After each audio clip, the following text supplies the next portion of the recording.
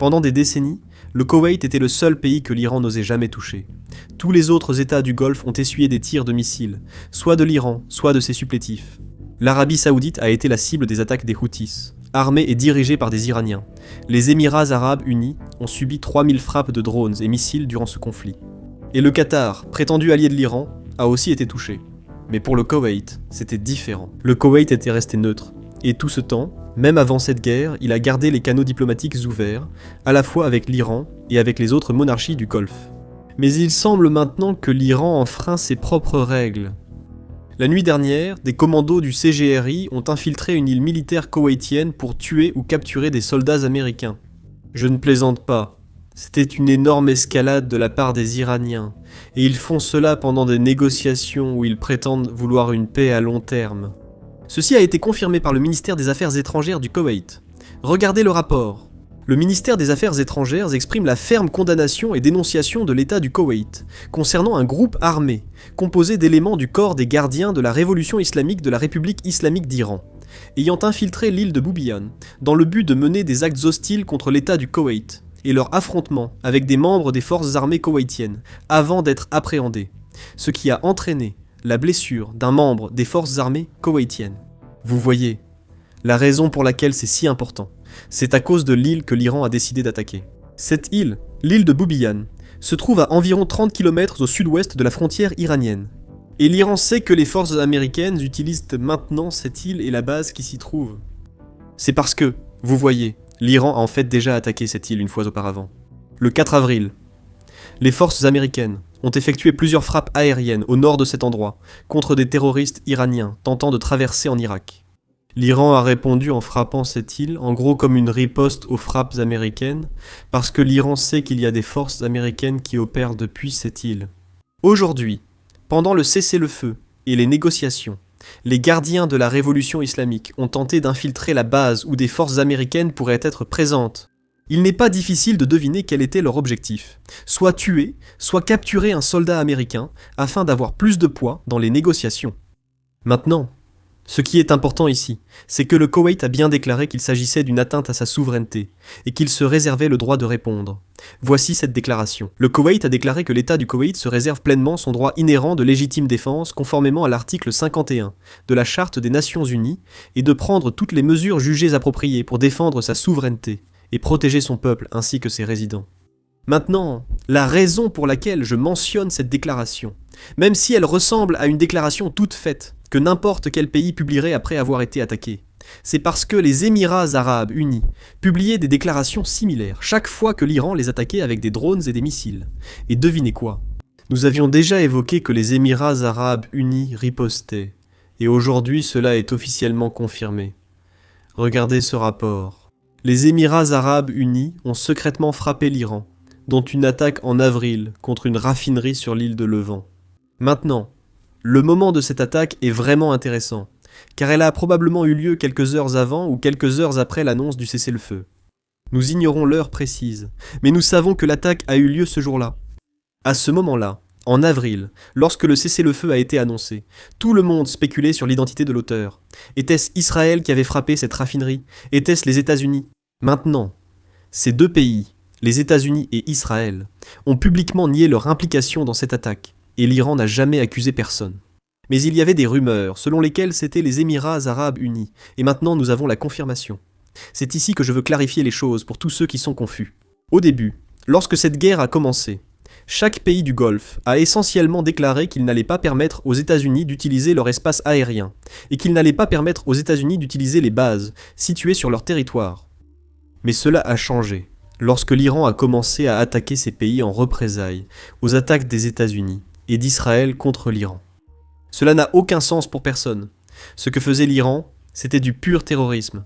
Ils attaquaient un pays qui ne voulait pas être impliqué dans cette guerre.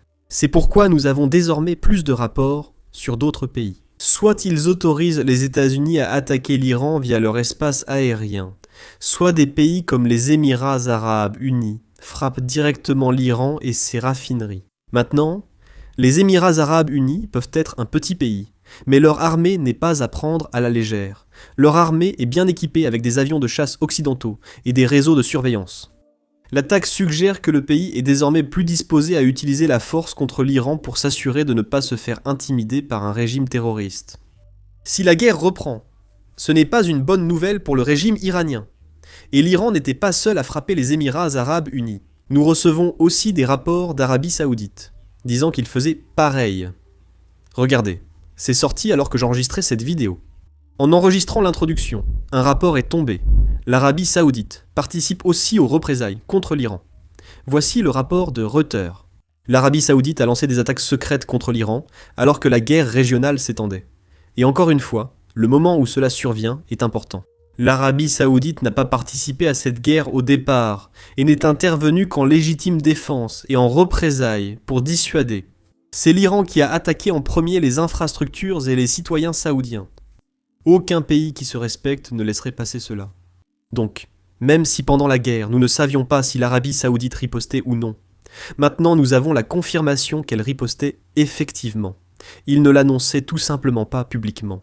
Cette confirmation vient de 2 responsables occidentaux, sans qu'on sache vraiment ce que cela recouvre. Cela pourrait être n'importe qui, quelqu'un qui fait partie du gouvernement ici aux États-Unis, ou quelqu'un d'autre venant d'Europe, ou d'ailleurs. Ensuite, 2 autres responsables qui confirment cette information sont des responsables iraniens. Je ne suis pas sûr de la fiabilité de cette partie.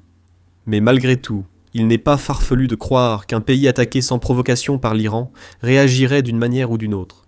C'est ainsi qu'on crée la dissuasion. C'est ainsi qu'on évite que les gens vous attaquent sans raison. Un autre point à préciser. Ces rapports sortent maintenant, mais concernent des attaques survenues avant le cessez-le-feu. Donc, avant avril, ces attaques ont eu lieu pendant la guerre, quand l'Iran frappait ces pays et que ces pays ripostaient. Si la guerre reprend, ce qui devient probable à cause des négociations, les États-Unis ne veulent pas céder sur les conditions nucléaires, mais sont prêts à abandonner la condition sur les missiles d'avant-guerre. Nous sommes prêts à renoncer à l'exigence formulée avant la guerre envers l'Iran sur le financement de ses groupes armés alliés, mais aucune concession n'a été faite sur ses armes nucléaires et programmes d'enrichissement.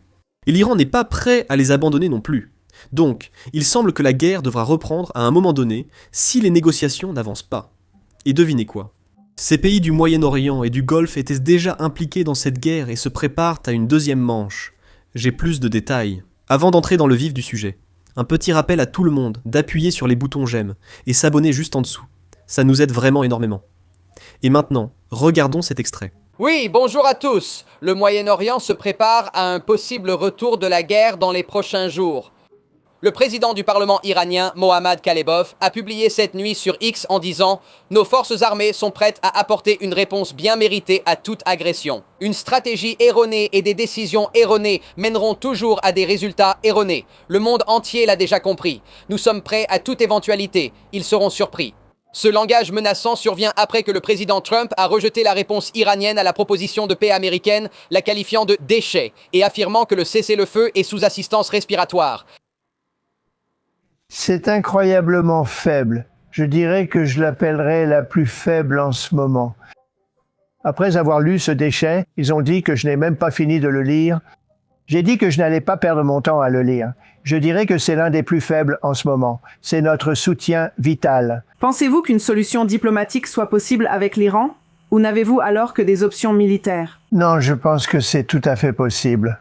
Hier, le président Trump a rencontré des conseillers militaires et de sécurité nationale pour examiner les options des États-Unis. Cette réunion a eu lieu après que l'Iran a envoyé sa proposition de paix, qui était essentiellement quelque chose que les États-Unis ne peuvent pas accepter. L'Iran veut une pause dans la guerre. L'Iran veut que les États-Unis lèvent le blocus américain. L'Iran exige la libération de tous ces fonds gelés par les États-Unis et propose de rouvrir le détroit d'Ormuz, sans renoncer à son programme d'enrichissement nucléaire. Ils refusent d'abandonner leur uranium enrichi stocké dans leurs installations nucléaires et souhaitent seulement rouvrir le détroit d'Ormuz pour l'instant. Et ils veulent que les États-Unis abandonnent toutes les bibliothèques qu'ils possèdent. Bien sûr, c'est quelque chose que les États-Unis ne devraient pas accepter. Et je ne pense pas que ce soit quelque chose que les États-Unis accepteront. C'est pourquoi la réunion a eu lieu avec les commandants militaires hier. Mais c'est là qu'il est important de clarifier. Ce n'est pas parce qu'il y a eu une réunion qu'une action militaire va forcément avoir lieu prochainement. Ces réunions ont lieu en fait 2 fois par semaine depuis le début du cessez-le-feu. Et nous n'avons vraiment pas eu d'action militaire en dehors du projet Liberté. Donc, Cela pourrait peut-être signifier que le projet Liberté pourrait reprendre bientôt. Mais ce n'est pas parce qu'il y a eu une réunion avec les commandants militaires que la guerre va forcément reprendre. Ce qu'il faut surveiller ici, c'est que le président Trump part pour la Chine demain. Et la Chine a beaucoup d'influence sur l'Iran. Et l'Iran pense que la Chine a beaucoup d'influence sur les États-Unis. Alors voyons comment se passe la rencontre avec le président chinois Xi Jinping, et ce qui en ressortira. Je doute fortement qu'une guerre reprenne avant cette rencontre. Du point de vue des États-Unis, c'est une réunion très importante. Du point de vue chinois, c'est aussi une réunion très importante. Les deux parties aimeraient éviter de parler de l'Iran, mais cela semble inévitable dans le contexte actuel. Pratiquement tous les pays du monde souffrent à cause de la crise du détroit d'Ormuz créée par l'Iran. Donc je suis sûr que l'Iran sera le sujet le plus important dont les dirigeants parleront. Voyons ce qui en ressortira. Maintenant, une autre histoire importante qui est sortie hier concerne le Pakistan. Le pays qui a servi de médiateur dans les négociations entre les États-Unis et l'Iran. Et c'est intéressant parce qu'il semble que le Pakistan n'est peut-être pas le négociateur neutre que les États-Unis voudraient qu'il soit. Regardez ce reportage. Alors que le Pakistan se positionnait comme un intermédiaire diplomatique entre Téhéran et Washington, il a discrètement permis à des avions militaires iraniens de stationner dans son pays, les protégeant potentiellement contre des frappes américaines. Peu après l'annonce du cessez-le-feu par Trump début avril, Téhéran a envoyé plusieurs avions à la base aérienne pakistanaise Nurkan. Parmi le matériel militaire se trouvait un RC-130 de la force aérienne iranienne, une variante de reconnaissance et de collecte de renseignements de l'avion de transport tactique Lockheed C-130 Hercule. Les responsables pakistanais confirment que les avions iraniens sont arrivés dans le pays, comme l'a indiqué CBS, et y sont toujours. L'armée pakistanaise, ou le ministère des Affaires étrangères pakistanais, affirme qu'il n'y a absolument aucun lien avec une quelconque éventualité militaire ou un dispositif de protection. Les affirmations suggérant le contraire sont spéculatives, trompeuses et totalement détachées du contexte factuel. Le Pakistan affirme que les avions sont dans le pays essentiellement pour assurer la sécurité au cas où de nouvelles discussions de paix seraient programmées. Maintenant, ce n'est pas une conclusion si farfelue, car l'armée américaine elle-même a envoyé beaucoup d'équipements au Pakistan au cas où une deuxième série de discussions aurait lieu, et au cas où le président Trump visiterait le pays. Mais la raison pour laquelle tant de gens sont aussi sceptiques à l'égard du Pakistan, c'est parce que, comme vous le savez peut-être déjà, pendant la guerre en Afghanistan, le Pakistan jouait en quelque sorte sur les deux tableaux. Ils aidaient l'Afghanistan, ils aidaient les talibans, tout en étant un allié des États-Unis pendant cette guerre. Et c'est pourquoi beaucoup de gens ont plus de mal à faire totalement confiance au Pakistan. L'une de ces personnes est le sénateur Lindsey Graham, qui a dit ceci à propos du Pakistan ce matin même. Écoutez. Êtes-vous au courant des informations selon lesquelles le Pakistan autoriserait l'utilisation de ses bases pour stationner des avions iraniens? Général King. Monsieur, j'ai vu un rapport à ce sujet. Était-il exact? Bien sûr, je pense que cela dépend de la variété des questions de classification. Puis-je simplement vous demander si, dans l'hypothèse où cela est exact, vous convenez que c'est quelque peu incompatible avec le rôle de médiateur de paix? Monsieur, je ne voudrais pas commenter cela. Sur la base des négociations en cours et du Pakistan.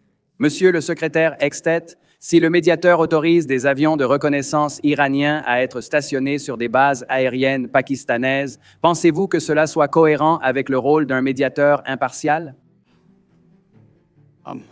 Je ne souhaite pas m'immiscer dans ces négociations. Eh bien si, je veux m'immiscer dans ces négociations. Je ne fais absolument pas confiance au Pakistan. S'ils ont réellement des avions iraniens stationnés sur des bases pakistanaises pour protéger des actifs militaires iraniens, ça me dit qu'on devrait peut-être chercher quelqu'un d'autre pour servir de médiateur. Pas étonnant que ce foutu truc n'avance pas. Voyons ce qui va en résulter. Vérifions si ces avions retournent en Iran ou non si les pourparlers de paix sont interrompus, car alors nous saurions ce qu'ils font au Pakistan. Maintenant, c'est là que je veux souligner une chose. Il y a seulement 2 ou 3 semaines, des responsables iraniens accusaient le Pakistan d'être trop pro-américain dans ses négociations. Ils voulaient un médiateur neutre. Donc, d'une certaine manière, c'est plutôt positif. Mais si les deux parties accusent le médiateur d'être favorable à l'autre camp, au moins ce ne sont pas seulement des accusations venant d'un seul côté. Les deux parties pensent que le Pakistan n'en fait pas assez pour aider leur camp, ou peut-être que le Pakistan en fait trop pour aider l'autre camp. Mais néanmoins, je pense qu'à mesure que les négociations avancent, nous en saurons plus. Maintenant, revenons à l'Iran. La situation économique devient vraiment, vraiment mauvaise. Regardez ce reportage. Une chose que presque toutes les personnes à qui j'ai parlé en Iran m'ont dite, et que vous ne remarqueriez pas dans la couverture médiatique anglophone, c'est que l'inflation écrasante que traverse l'Iran en ce moment, en particulier pour la nourriture, a fait que les prix ont augmenté de façon exponentielle au cours du dernier mois. Cela s'explique car l'approvisionnement n'arrive pas. Il y avait une cargaison de nourriture qui était censée entrer, mais apparemment, les Iraniens essayaient, ou plus précisément, les gardiens de la révolution, essayaient de faire passer des armes en les cachant dans ces conteneurs qui sont en réalité destinés à transporter de la nourriture pour le pays. Et c'est pourquoi l'inflation est vraiment hors de contrôle, parce que l'approvisionnement n'arrive pas. Et bien sûr, la monnaie iranienne ne cesse de s'effondrer. Et cela signifie que les Iraniens achètent donc simplement moins de ce qu'ils peuvent importer. Tout ce qu'ils achètent à l'étranger, leur monnaie perd de la valeur chaque jour. Ils peuvent donc acheter de moins en moins chaque jour. La situation est si grave que la Banque centrale d'Iran a restreint les transactions en devises pour préserver ses réserves. En gros, ils veulent s'assurer d'avoir des devises fortes, des monnaies étrangères comme le dollar, l'euro, voire même le yuan, qu'ils peuvent utiliser pour acheter des fournitures auprès d'autres pays. Maintenant, c'est là que la situation économique ne va faire qu'empirer. Mais malheureusement, c'est le problème avec les dictatures ou des pays comme, je suppose, la Russie ou la Corée du Nord, où même si la situation économique est horrible, les gens souffrent chaque jour. Les élites décisionnaires ne souffrent pas, donc elles peuvent durer longtemps. Les sanctions posent un surtout problème à court terme parce qu'elles sont efficaces et visent l'économie. Elles visent à compliquer la croissance économique des élites et leurs gains. Pourtant, même en période de crise, les dirigeants refusent de céder le pouvoir, donc ils ne sont pas prêts à admettre leurs erreurs et à négocier. Nous avons vu cela se produire en Russie, nous avons vu cela se produire en Corée du Nord, et nous voyons probablement cela se produire en Iran. C'est la population qui souffrira le plus. Les élites profiteront de leur pouvoir et veulent continuer à en bénéficier le plus longtemps possible. Pour comprendre pourquoi l'Iran agit ainsi aujourd'hui, il faut revenir en arrière et voir comment il en est arrivé là.